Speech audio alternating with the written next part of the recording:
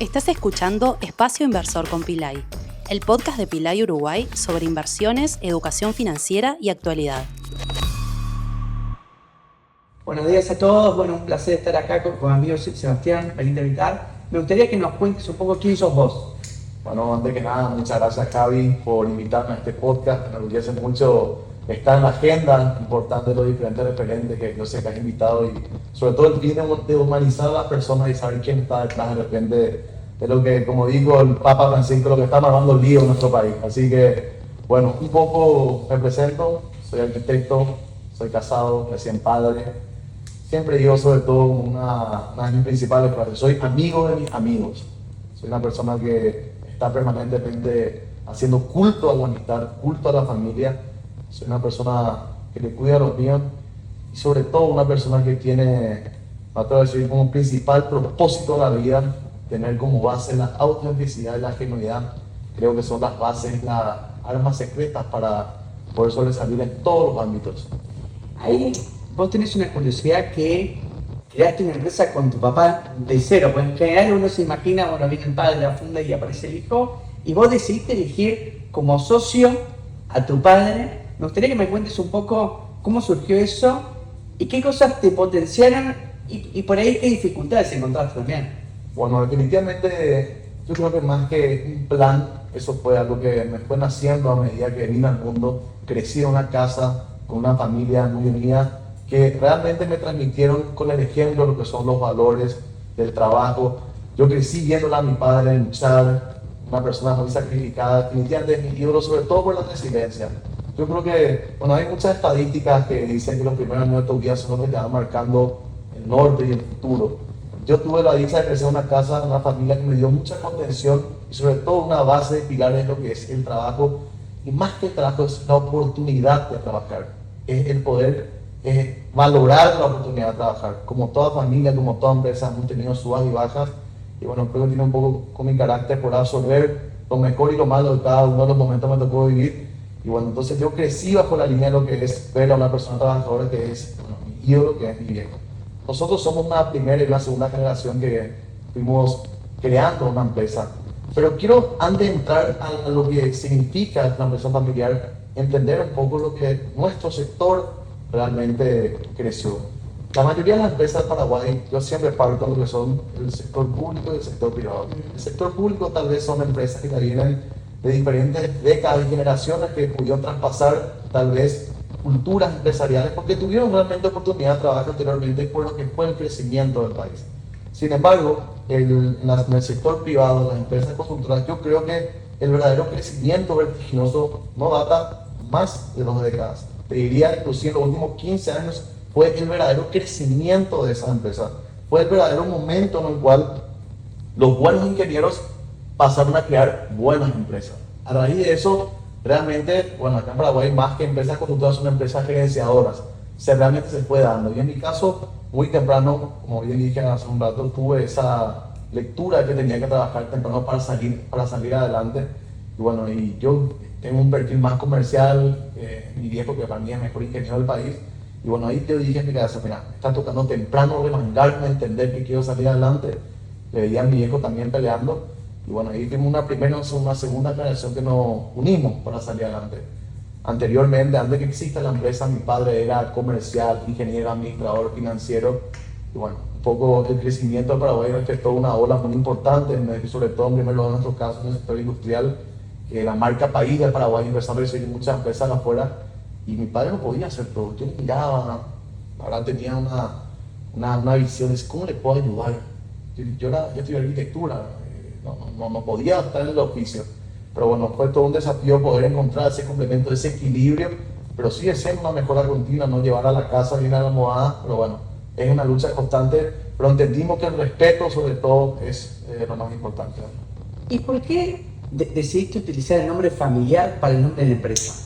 Bueno, Paraguay yo creo que tiene una idiosincrasia muy particular. Cada país definitivamente tiene su nivel de desarrollo en el momento en el cual están viviendo en el presente. Y en Paraguay sobre todo es mucho del quién es quién, quién está detrás. En Paraguay es mucho de palpar, tocar, ver. no sé si la palabra es muy bien desconfiado, pero le gusta darle una identidad a la persona, porque es un país, el país de los amigos, en el cual el relacionamiento prima. Y bueno, con el tiempo vamos pasando a un plan más corporativo en el cual las credenciales van pesando por encima del nombre, pero en el momento que nosotros fundamos la empresa teníamos que decir quiénes somos, y tocó darle un poco una identidad a nuestra empresa por las relaciones que fuimos construyendo a lo largo de los años, y es una señal más de confianza, es una señal de que damos la cara, una señal de que estamos presentes, físicos, y mucho dicen el ojo, el amo engorda el ganado, por nosotros más bien le damos no tanto del punto del aspecto económico, sino el aspecto de la confianza, que estamos firmes con la gente que confía en nosotros. Inicialmente, ustedes arrancaron siendo una constructora en vez de una desarrolladora. ¿Por qué? Bueno, definitivamente nosotros tenemos una estrategia muy clara como empresa. Nuestro core business es la construcción. A raíz de eso fuimos armando una estrategia, una planificación empresarial en base a nuestro core business. Nosotros somos muy agradecidos con la gente que nos da la oportunidad de trabajar, como en este caso, en tu caso, Javi, por ejemplo, y bueno, una serie de clientes. No quiero nombrar a todos, pero bueno, porque no quiero olvidarme de nadie, pero la gente sabe quiénes son. Y siempre tenemos la visión de que no tenemos que volvernos competencia a la gente que nos da de comer, la gente que nos da las manos, la gente que nos da la oportunidad de trabajo. Pero al mismo tiempo dijimos, tenemos que tener una marca fuerte para sí también captar oportunidades de trabajo, y lo que hacemos es, en base a lo que se presenta, vamos distribuyendo a la gente que confía. Nosotros creo que somos una empresa boutique, si bien hoy creemos que estamos en una escala importante en nuestro medio, en la cantidad de metros cuadrados estamos construyendo, la cantidad de obras, la complejidad de las obras, los volúmenes, pero eso no significa que tengamos muchos clientes. Nosotros, antes que apostar a nuevos clientes, apostamos a sistemas de trabajo y apostamos a alianzas estratégicas. Nosotros, lejos de ser una empresa contratista, somos una empresa que nos metemos de lleno en pleno con la gente que confía en nosotros y tratamos de tener un valor agregado que va mucho más allá de lo que es la construcción. Para nosotros la construcción es algo que está comoditizado, es algo que sabemos que hay colegas y empresas muy importantes y muy buenas también, y dijimos, mira, si vamos a comparar manzana con manzana, vamos a estar siempre en similar precio. Entonces buscamos qué paso más damos, y lejos de ser una competencia buscamos ser un valor agregado en el modelo de negocio que tienen nuestros clientes. Ahí, hoy, contanos un poco de la realidad de usted. ¿Cuántos departamentos están construyendo? ¿Cantidad de empleados? ¿Cómo es un poco nosotros, la organización? Como un pitch en nuestra carta de presentación, somos una empresa de más de 300 funcionarios, por ejemplo, arquitectos, ingenieros, economistas, administradores. Somos una empresa de más de 2.500 obreros, por hoy. O sea, estamos dando mano de obra a más de 2.800 personas. Al margen de eso, somos socios del primer fondo de inversión inmobiliario del país, focalizado en naves industriales, la cual es una empresa aliada, la cual somos accionistas, que es la empresa Razer. En un segundo voy a ir explicando. Tenemos cerca de 3.000 departamentos hoy por hoy en construcción y en proyectos ya cerrados, lanzados. Somos una empresa que contamos con ISO 9001, estamos aplicando ISO 41001 también. Estamos permanentemente contratando y buscando asesorías locales e internacionales para ir aumentando nuestra grado de corporativización y estandarización. Lo muy importante y me enorgullece decir, y espero que en este podcast que para el resto de que somos una empresa sin deuda. Eso es algo muy importante para nosotros en nuestro medio. Somos conscientes del giro financiero que existe y somos conscientes de lo sanos que estamos en ese aspecto. No tenemos deuda operativa, no tenemos deuda con proveedores, no tenemos deuda. Y eso un poco es nuestra fuerza hoy por hoy, y lo que nos permite tener un valor agregado también con los diferentes desarrolladores que estamos trabajando en poder acompañar a modelos financieros que vaya surgiendo, y somos conscientes que lo que buscamos es la temporalidad. Entonces buscamos a partir de ahí no solamente, como dije antes, tener esa lealtad por tener buen precio, sino también en regular por tener una muy buena relación personal, tener un valor agregado desde el punto de vista estratégico del modelo de negocio de cada uno, y ahí es parte de lo financiero, lo económico y lo comercial, ¿no? Ahí, Javier, hablabas un número sorprendente para poder estar escuchando, 3.000 departamentos en obra. ¿Cómo logran llevar esto a cabo? O sea, ¿cómo se organizaron o de qué manera te estructuraste en parte SEBA para decir, bueno, pasé de 1.000 a 2.000 a 3.000 y mantener la misma eficiencia? O sea, de control. A ver, entiendo que hay un punto que planteaste que también es clave, decir, ok, menos clientes, ¿no? y que ayuda un poco, pero al mismo tiempo hay un montón de obras. ¿No? ¿Cómo haces para decir seguimiento, etcétera, que se mantenga la calidad que usted quiera? Bueno, un dato también para darle un volumen, estamos cerca de 400.000 metros cuadrados de obra en este momento. Y yo creo que la clave más importante es tener una buena planificación, un buen organigrama y sobre todo saber decir que no. Ok. Partiendo de esa base, nosotros tuvimos 1000 oportunidades de poder participar en licitaciones públicas, tuvimos 1000 oportunidades de participar con nuevos clientes, pero nosotros lo que dijimos es queremos dar un paso a la vez, un paso sólido y sobre todo lo que buscamos más que organizar internamente es no organizarnos con el cliente. ¿Qué significa eso? Nosotros entendemos que este modelo de negocio cada vez se va a ir a un mayor grado de verticalización y realmente para poder tener una planificación y un crecimiento sostenible no se puede hacer unilateralmente, hay que hacerlo de la mano con el cliente, con el aliado.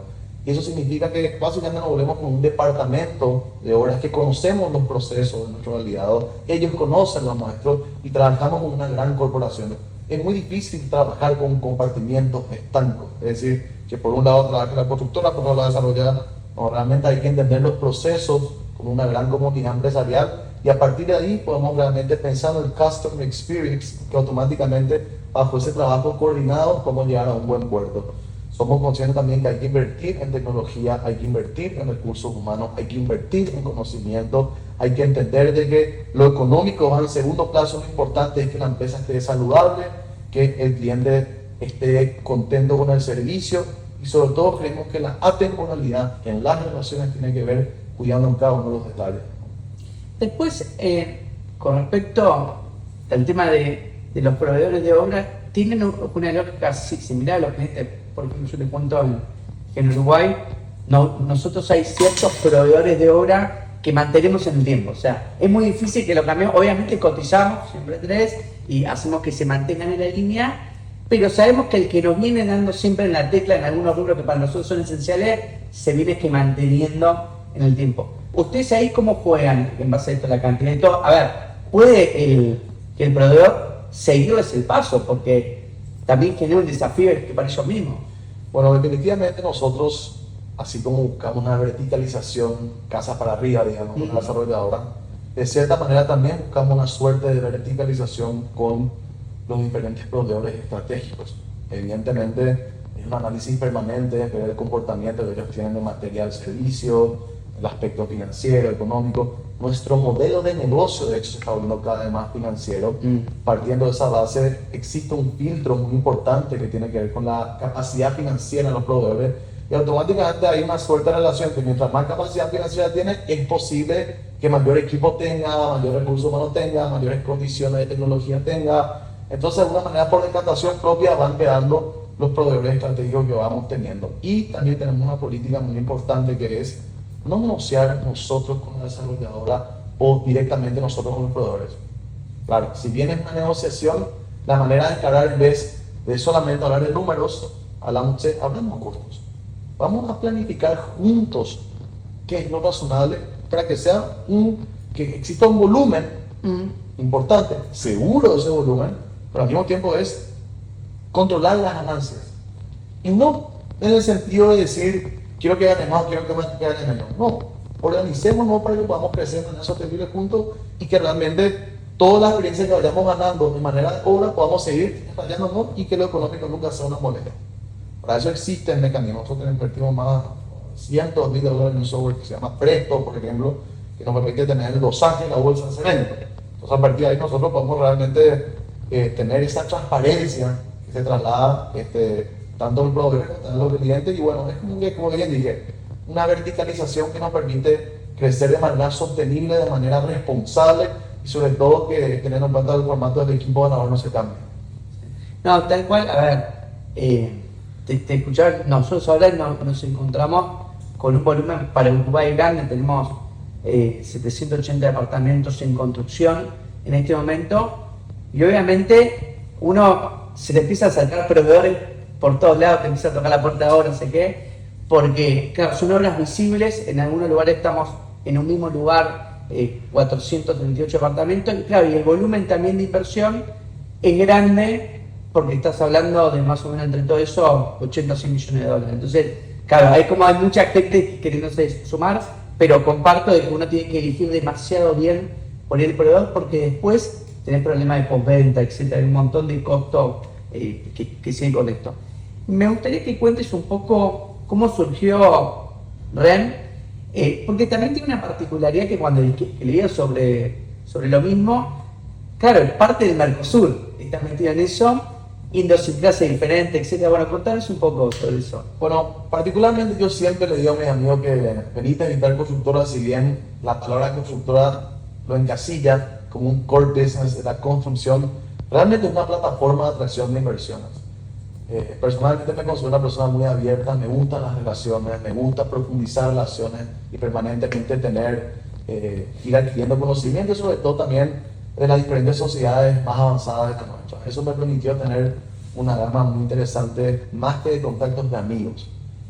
Siguiendo esa línea, bueno, como bien te decía antes, nosotros no queremos ponernos competencia a nuestros clientes, por el motivo por el cual no volvemos desarrolladora. Montamos una meta muy interesante. La primera empresa que fundamos se llama Benítez Vital Constructora. La segunda, la cual nos aliamos con nuestros socios, amigos, hermanos Pedro Zucolilla y Sebastián Gorostiaga, se llama Reisa. Reisa es una empresa que está focalizada a la administración de proyectos de fondos de inversión focalizados en naves industriales y logística. Okay. Es casi una desarrolladora inmobiliaria bajo un instrumento, un vehículo financiero que nos aliamos con la empresa Cadien Casa de Bolsa, una empresa hermana también, que básicamente tiene tres focos. Por un lado está lo que es el Build to Suit, es decir, viene una empresa de afuera que quiere hacer calzado. Hola, vengo a Paraguay, quiero instalar, necesito 10.000 metros cuadrados. ¿Dónde? Necesito que esté en Asunción, porque ahí están los puertos privados y yo exporto a Estados Unidos. Perfecto. Nosotros tenemos landbank realmente en todo el país que nos adaptamos a la necesidad del cliente. Tenemos el equipo de la constructora, que es un proveedor de Reisa, que le hace el proyecto. Tenemos un capital con el fondo que le construimos y alquilamos un negocio de renta. Entonces, el Build to Suit es uno de los negocios. El segundo modelo de negocio es el leaseback, que existe una empresa de calzado, como eso existió, tiene su fábrica, tiene su terreno, tiene sus instalaciones. Nosotros con el fondo le compramos para que esa empresa, en vez de tener parado millones de dólares en un negocio no es el suyo, se capitaliza, compra maquinaria, materia prima, todo. Nosotros le compramos y en el mismo acto lo alquilamos a largo plazo. Ese pasa de CAPEX a OPEX. Y el tercer modelo de negocio básicamente es que tenemos terrenos que desarrollamos en construir naves industriales, construimos y alquilamos. Siguiendo esa línea, viene una empresa de un gran amigo mío, João Camargo, que es un hermano de la vida de muchísimo tiempo. Que, bueno, ¿de dónde es? Es de São Paulo, bueno, tiene un grupo empresarial muy importante allá. Nos unimos a un vínculo personal, después de 8 años sacamos el primer negocio.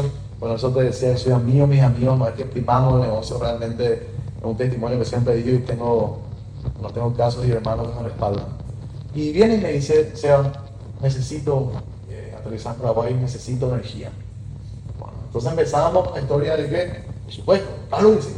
Entonces, sumado a eso también tenemos una empresa en Alejandro Zucolillo que se llama PEP, Parque Energético del Paraguay, que básicamente nos encargamos de recibir a las empresas que necesitan energía y somos el partner local y así tenemos una granja criptomoneda que tenemos más de 8.000 máquinas, estamos trabajando ahí. Eso es un tema aparte. Con ese Otra diversión. Con ese conocimiento, con esa experiencia, tuvimos un conocimiento de lo que era el circuito de terminal electrointensiva y dijimos, bueno, ahora que conocemos, por supuesto que sí. Entonces a raíz de eso, viene Joao, hacemos todo el dinero que necesitaba, que esto y lo otro, y dijimos, perfecto. A través del fondo tenemos el terreno, a través del fondo tenemos la capacidad de invertir en la infraestructura de la fábrica. Sumado a eso, me interesa personalmente, nos interesa conmigo y con Ale, entrar como socio del negocio de REN. Bueno, a raíz de eso le invitamos a Tommy Caragocian, como te comenté también, que era nuestro socio hermano argentino. Y a raíz también de eso, John le invitó a Michael Pepper, también, que tiene un grupo muy importante en el Brasil, grupo usando la celulosa. Y a raíz de más, bueno, armamos realmente el Mercosur privado, como jugaron unos cuantos amigos. Y realmente estamos muy contentos porque nos dimos cuenta que éramos un reflejo, una juventud pujante en el Paraguay, que tiene muchas ganas sobre todo de levantar nuestra marca país en grandes mesas importantes como la que nos sentamos con la familia Caragocian, Camargo y Pepper. Creemos que tuvimos la capacidad de mostrar la nueva versión de lo que podemos ofrecer como Plaza Paraguaya, como empresarios, como industriales, también como un sector financiero confiable que tiene la capacidad de poder acompañar ese aterrizaje y darle esa ronda roja a estos grandes empresarios. ¿Qué te sorprendió, Seba, de la forma de trabajo de un argentino, de un brasilero? O sea, ¿encontraste alguna diferencia de lo habitual o similitudes en muchas cosas? Y voy a partir en diferentes partes de la respuesta. Nosotros somos paraguayos, estamos hace décadas con la energía disponible en nuestro país. Una de las materias primas también de REM es el cuarzo. Desde que Paraguay tenemos cuarzo, tenemos hace décadas energía, tenemos cuarzo. Y nuestro querido hermano John viene con una iniciativa de decir, mira, da la cosa que su abuelo participó en la construcción de Itaipú y dice, tenemos generaciones después para utilizar la energía que mi abuelo construyó y darle ese salto cualitativo al uso de esa energía para darle un paso industrial en nuestro país. Y celebro con él eso. Pero más allá de celebrar el modelo de negocio y lo económico, celebro la capacidad de exportar el conocimiento en mentes más desarrolladas porque tienen un país lógicamente más avanzado que el nuestro, que les permitió equivocarse más y tener más aciertos y logros y que le da una visibilidad diferente. Entonces, definitivamente, en el caso de Joao y también en el caso de Tommy, que lógicamente son potencias que están en el país, de decir a un vuelo de 2 horas, yo lo que más rescato, valoro, es la agresividad y sobre todo el conocimiento y más bien la visión que tienen en nuestro propio país. Y lo que sí rescato en nuestras manos paraguayas es tener la capacidad de tropicalizar y tener el coraje para poder también marcar el respeto de igual a igual. Pero sobre todo yo creo que, como te dije al inicio, hay una base fundamental, creo que fue la estrategia, sin que sea una estrategia pensada, pero que pueda tener el día para que realmente funcione, que fue la autenticidad, la genuinidad, el culto a la misma. Partiendo de esa base, podemos conquistar el mundo. No, la verdad que, a ver, uno siempre sueña hacer cosas con amigos. El tema, viste, la discusión de, bueno, si vale la pena o no, y bueno, que claramente, si uno consigue a las personas indicadas, suma, y creo que también te lo planteaba de otros países, creo que hay mucho para aprender de todos. Yo constantemente aprendo de acá, aprendo cada vez que estoy en Argentina, aprendo cada vez que voy a Uruguay. Me gustaría que nos cuentes un poco cuál fue tu primer proyecto inmobiliario. Sé que hiciste vos en forma personal algo en algún momento relacionado al inmobiliario. ¿Recuerdas? Bueno, nuestra empresa está en cumplir 36 años, motivo por el cual mi padre, en materia de oficio de la construcción, data de una larga edad, de una larga experiencia en lo que es el sector en sí. Pero como bien dije, en los últimos 15 años el país empezó a crecer de una manera más ascendente, con mayor velocidad en lo que es nuestro sector. En mi caso personal, con mi padre, ya la primera y segunda generación, quiero datar el año 2014, 2015, en el cual el Paraguay, en el gobierno de Horacio Cartes, no quiero meter política acá, pero considero que fue un gobierno excelente, que fue un twist en la historia del empresario paraguayo, porque nuestra marca país empezó a sonar diferente en la región y en el mundo. Siguiendo esa línea, empezamos a recibir diferentes empresas, sobre todo de Brasil, que bajo un régimen complicado, pero que siguen creciendo, iban probando de manera un poco más tímida lo que era el Paraguay. En esa beta entendí que esta empresa necesitaba un espacio. Cuando le digo a mi querido amigo y hermano Pedro Sucolillo, que hoy en día está liderando tal vez el proyecto más importante de la historia del desarrollo inmobiliario de Paraguay en materia de proyectos de uso mixto, de inicio, empezamos nuestro primer proyecto inmobiliario, que era una nave industrial de 3.000 metros cuadrados. O sea, arrancaste fuerte. 3.000 metros cuadrados y literalmente el resultado fue que en menos de 6 meses se alquiló y realmente fue un factor contagio para todo lo que iba. Fue el inicio de una gran historia. ¿Te acuerdas algún error que cometiste y cómo lo capitalizaste? Que por ahí en administración personal, en un proyecto, en algo que podía, pucha, sí, la verdad es que esto capaz lo hubiera hecho diferente. Sí, definitivamente. Nosotros, siempre digo, cuando da la casualidad que tengo que presentarme, hablar con un potencial aliado, cliente o amigo, es tanto lo que nos equivocamos que sabemos muchas cosas tal vez que no tenemos que hacer. Y siempre decimos que somos amigos de nuestros amigos y nos basamos en la confianza en la palabra de Dios. Y con el tiempo seguimos acumulando eso. Sin embargo, nos damos cuenta de la manera de cuidar las relaciones es tener un altísimo grado de corporativización. Nuestro mayor error fue no documentarnos como debimos documentarnos a pesar de que eran clientes míos. Tuvimos casos muy especiales en nuestra línea empresarial que tuvimos muy malos contratos y que en un principio uno lo firma de buena fe y al no mirar los detalles, por más que sea amigo o no, si no está claro lo que uno firma, lo que uno se compromete en materia de alcance, en materia de diferentes cláusulas, se presta a la confusión, se presta a medias tintas y se presta a una muy mala pasada. Nosotros tuvimos diferentes crisis como empresa y si yo tengo que decir por ahí cuál fue nuestro principal error fue no haber enmarcado bien las reglas en los partidos que estábamos empezando a jugar. Porque uno en un contrato realmente, uno dice, en el momento de la euforia, de cerrar, puta, que voy a estar pensando en este detalle, en la guerra, en esto, lo otro, y sin embargo, es una manera de cuidar la relación, estar en esos detalles, porque uno, en una situación que no existe todavía el problema, van marcando diferentes posibles soluciones, con una frescura diferente, y bueno, y de esa manera uno va previendo un abanico, si no es un rubro muy complejo, un rubro manual. Si bien las obras industriales tienen un mayor grado de mecanización o de automatización al momento de su ejecución, sigue siendo un trabajo manual, sigue siendo dependiendo de personas, y al depender de personas estamos expuestos a errores. Y sumado a que hay factores externos que afectan de por sí lo que es una construcción en sí. Entonces, yo diría que ese fue nuestro mayor error. Sí, vos sabés esto que planteas de los contratos, es un punto que a mí me ha pasado varias veces, porque te encontrás, por un lado, lo que la persona interpreta que se escribió, y después del otro lado lo que se escribió efectivamente. Entonces, discusiones diciendo, no, yo tengo claro lo que está, o el grado que por ahí te pasa de la parte informal, que dice, bueno, te mando un presupuesto, no, lo quiero dejar por escrito, firmado. Mira, ahora, un detalle para irnos un segundo, estoy en mi casa haciendo toda una barbacoa de 100 metros, etc. Claro, me mandó el proveedor, le mandan a primero por WhatsApp, y le digo, no, dice que te pasa un poco más formal. Me manda un mail que en realidad me copió el WhatsApp y me lo puse en el mail, y yo le digo, buscando, bueno, yo voy a escribir un contrato que me firme, porque estás hablando de $60.000 que te voy a poner para esto.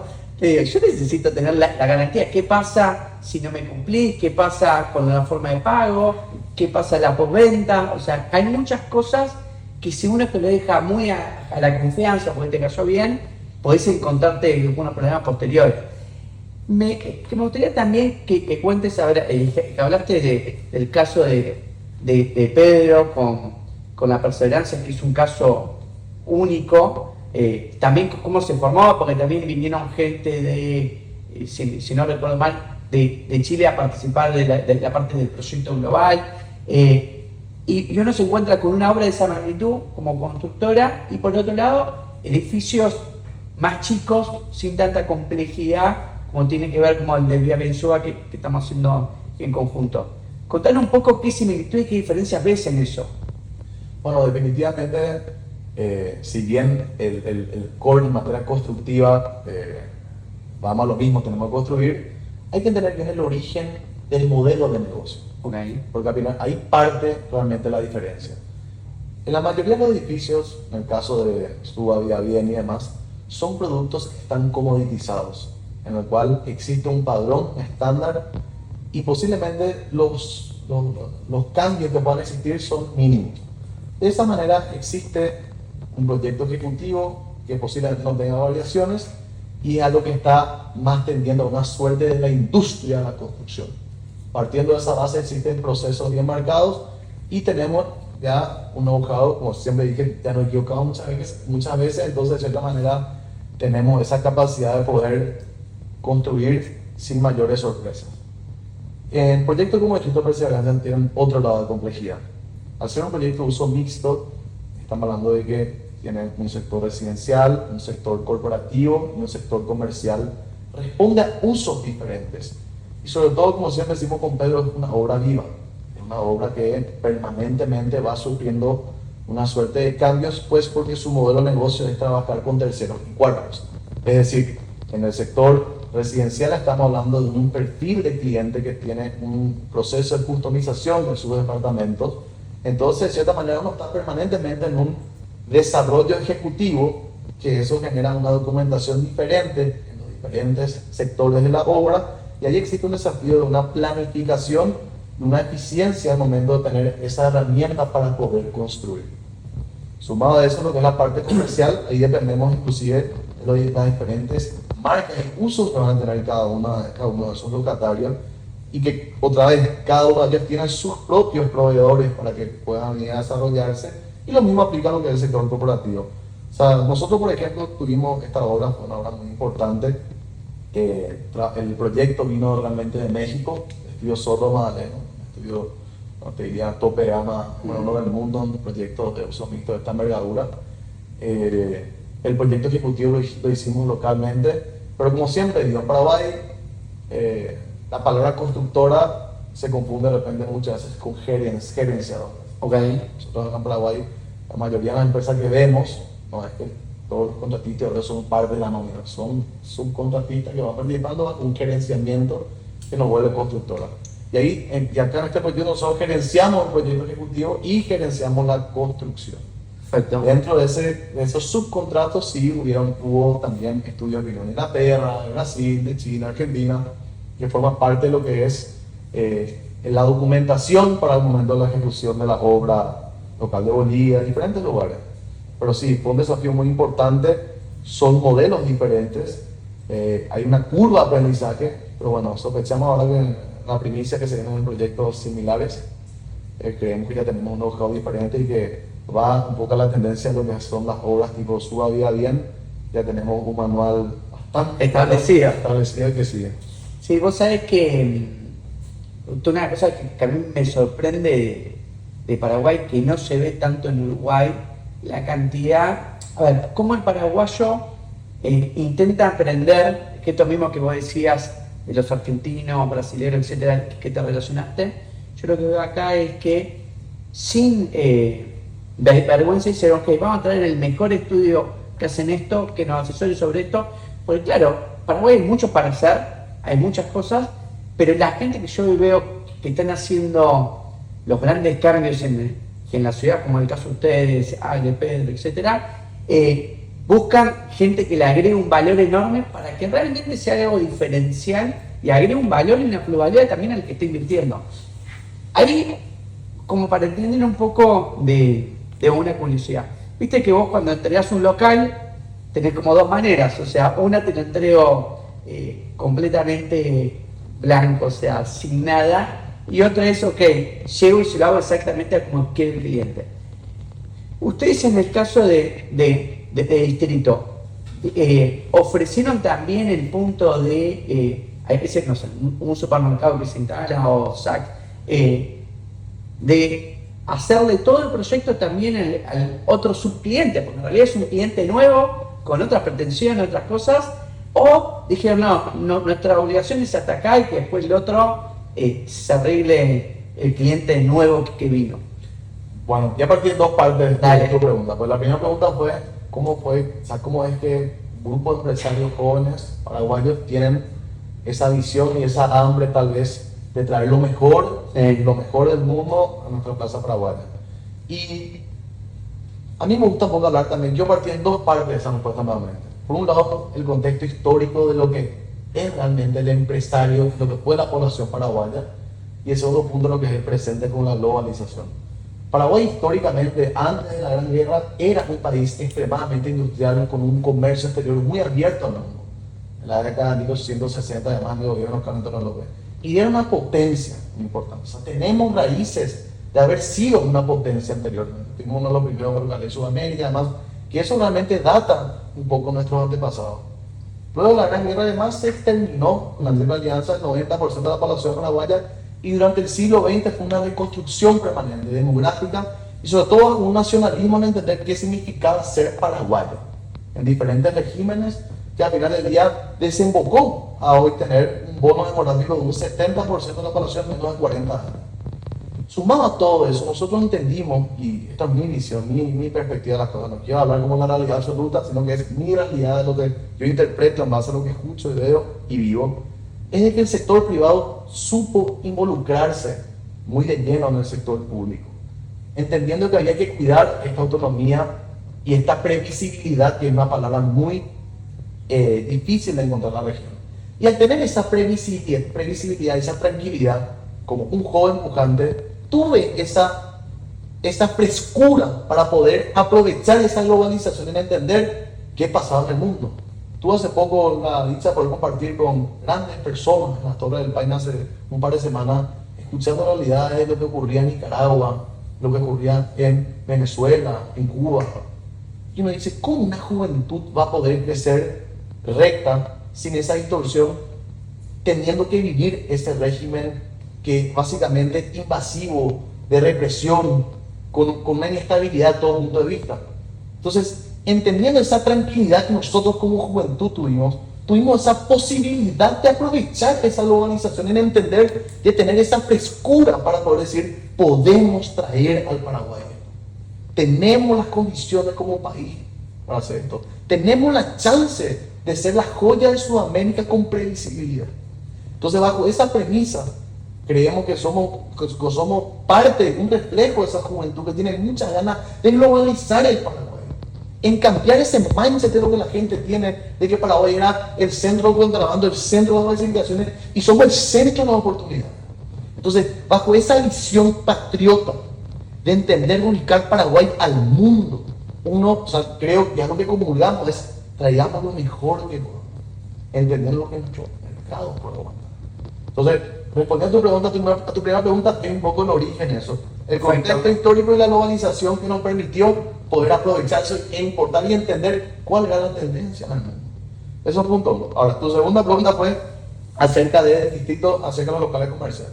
Sí. Como bien te decía, nosotros dentro de lo que es la campaña de verticalización, somos un departamento de obra de una gran corporación. ¿Qué te quiero decir con esto? Nosotros somos el más interesado en que el distrito Perseverancia le vaya bien. ¿Por qué? Porque mientras a ellos le vaya bien, nosotros vamos a ir bien, y comulgamos y tenemos ese factor empático para entender que son un gran grupo que hay que salir adelante. Bajo esa premisa hay que hacer lo que haya que hacer para que esto funcione. Si significa hacer un proyecto ejecutivo, un anteproyecto, nosotros nos ponemos la camiseta y es lo que tenemos que hacer. Como modelo de negocio, el formato que le entrega al distrito es en el formato gris, y cada marca, en base a su manual de marca, a su tarjeta, hace lo que tiene que hacer. Como espíritu y colaboración del gremio, estamos a disposición para que haya lo que haya que hacer para que esto lo haga. Perfecto. Ahora te quería preguntar más del plano personal. ¿Cuál es tu cable a tierra? O sea, ¿cómo te desconectas? Hoy por hoy tengo la felicidad de lo más profundo de mi ser, de mi hueso y alma, de haber sido padre, de que tengo un hijo tranquilo, que vino sano al mundo, tengo una esposa maravillosa, me acompaña en todo, y yo todo mi proceso, estamos hace 15 años juntos, hace este año, casi la mitad de mi vida. Entonces, siguiendo esa línea, soy un bendecido de poder tener una familia con la forma que tengo, que es una familia empática, unida. Nuestra vida y María estamos juntos, primando lo que disfruta la familia, y lo económico nunca fue un factor que no estuvo en la mesa. Sumado a eso, tengo un padre, una madre y un hermano que son mi debilidad. Me cuesta hablar bien de él, imagínate que se escucha algo malo, porque realmente es una persona muy emotiva y son realmente mi pilar absoluto. Y sumado a eso, soy una persona que mis amigos son mi vida también. ¿Y tenés algún hobby? Hoy me gusta mucho hacer ejercicios, me gusta mucho jugar golf. Entonces, si ando a haber enviado esa combinación, espero que siga eternamente. Me gusta estar al aire libre, me gusta el agua, me gusta el sol. Entonces, el ejercicio más el golf, eso me parece una buena compañía, es realmente mi escape, y espero tener la oportunidad de tener la mente libre para hacer eso. ¿Y cómo te llevas con los viajes? O sea, ¿te gusta durante el año ir a algún lado? O sea, ¿hay un destino que no te ceba? Siempre que se pueda, lo ideal es salir, refrescarse. Tengo 2 lugares en el mundo, Madrid y Miami. Definitivamente son capitales del mundo que reúnen todo lo que yo busco. Pero permanentemente estamos con ganas de tener la época del año de salir, escaparnos con mi familia, o luego con mis amigos, o luego en conjunto. Pero sí, claro, lógico. ¿Y te picó que alguna vez en me hiciste decir, uy, estaría bueno construir en Miami o en Madrid?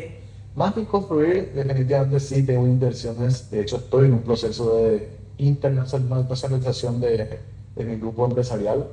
Eh, tengo base hoy por hoy también en Dubái, en Estados Unidos, que estamos en un proceso ahora mismo de empezar a desarrollar inversiones.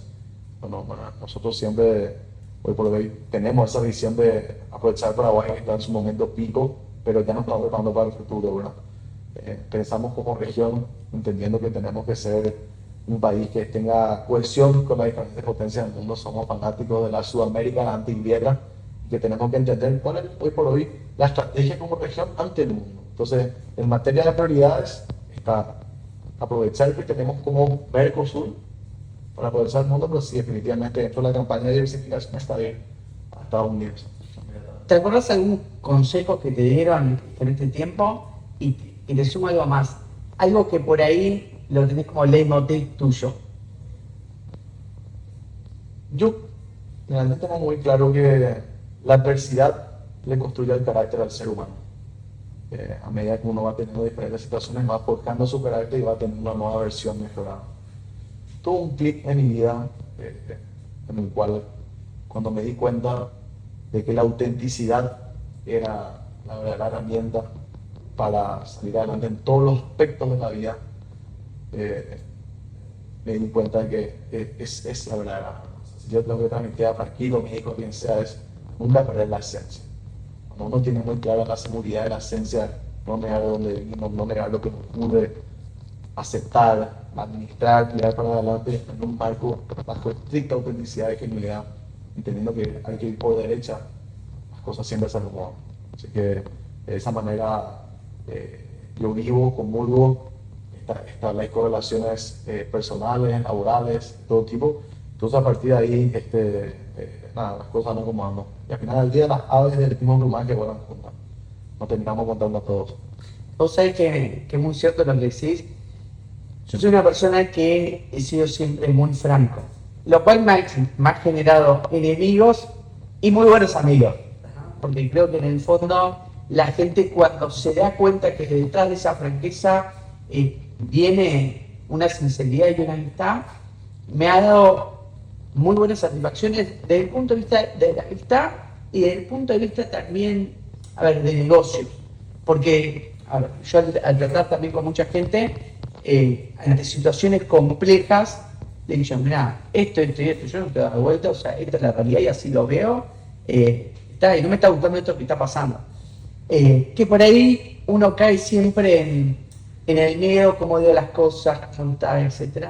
Pero en el fondo, un poco lo que decís vos, termina teniendo una consecuencia después y terminas por ahí estando con personas que no querés estar. O sea, en definitiva, volvemos con lo que nos sentamos más cómodos, con lo que nos vamos a futuro, y creo que para que pueda una empresa o una relación también con amigos, etc., durar en el tiempo, tiene que haber una sinceridad bruta de todo. Porque, como mi mujer siempre me dice, nadie te va a criticar como yo. O sea, yo te veo constantemente, te veo con cosas palo, y yo intento, tomarlo siempre como algo positivo, porque creo que me ayuda a mejorar. Es más, en la compañía siempre incentivo mucho la crítica. O sea, pegarme, olvídate que soy el gerente general, el presidente de la compañía, el dueño, dejalo de lado. Si ves algo que no te gusta, decímelo. Obviamente siempre tiene ese tema de relacionamiento difícil a veces, que se escucha, bueno, pará. Pero te ayuda a repensar a veces algunas ideas y buscar una vuelta de tuerca mejor. Como para cerrar, ¿te imaginas trabajando con Franquito? O sea, te lo pones como meta, ya se me falta mucho, pero ¿te imaginas eso en el futuro? Sería un sueño, definitivamente. Yo, dentro del modelo de crianza que tuve, mis padres siempre me dieron la confianza de desarrollarme, de equivocarme, y sobre todo de que naturalmente las cosas vayan tomando su rumbo. Claro, obviamente me dio las herramientas y los límites de cuáles son los caminos que uno tiene que elegir, la ética, la moral, sobre todo lo que uno busca en materia de qué espera para su hijo. Hoy en día esto cada vez está más complejo con la tecnología, con el acceso a la información a temprana edad. Entonces es un verdadero desafío para mí darle la misma educación que me dieron mi mujer a Franquito, entonces me voy a concentrar en eso. Y la educación, no quiero forzar a nada, o sea, definitivamente sería un sueño de que él venga, está al lado mío, que le pueda transmitir todo lo que me tocó vivir, pero le dejaría a él que tome la elección. Obviamente voy a inducir y persuadir para que quiera, sin duda alguna, conociéndome, voy a preparar el campo, pero al final del día voy a decir mi querido. Bueno, muchas gracias. Bueno, recomiendo a todos de que sigan lo que va a hacer haciendo Seba, y sobre todo porque, como ven, en Paraguay lo que nos encontramos es gente joven que está cambiando el mundo.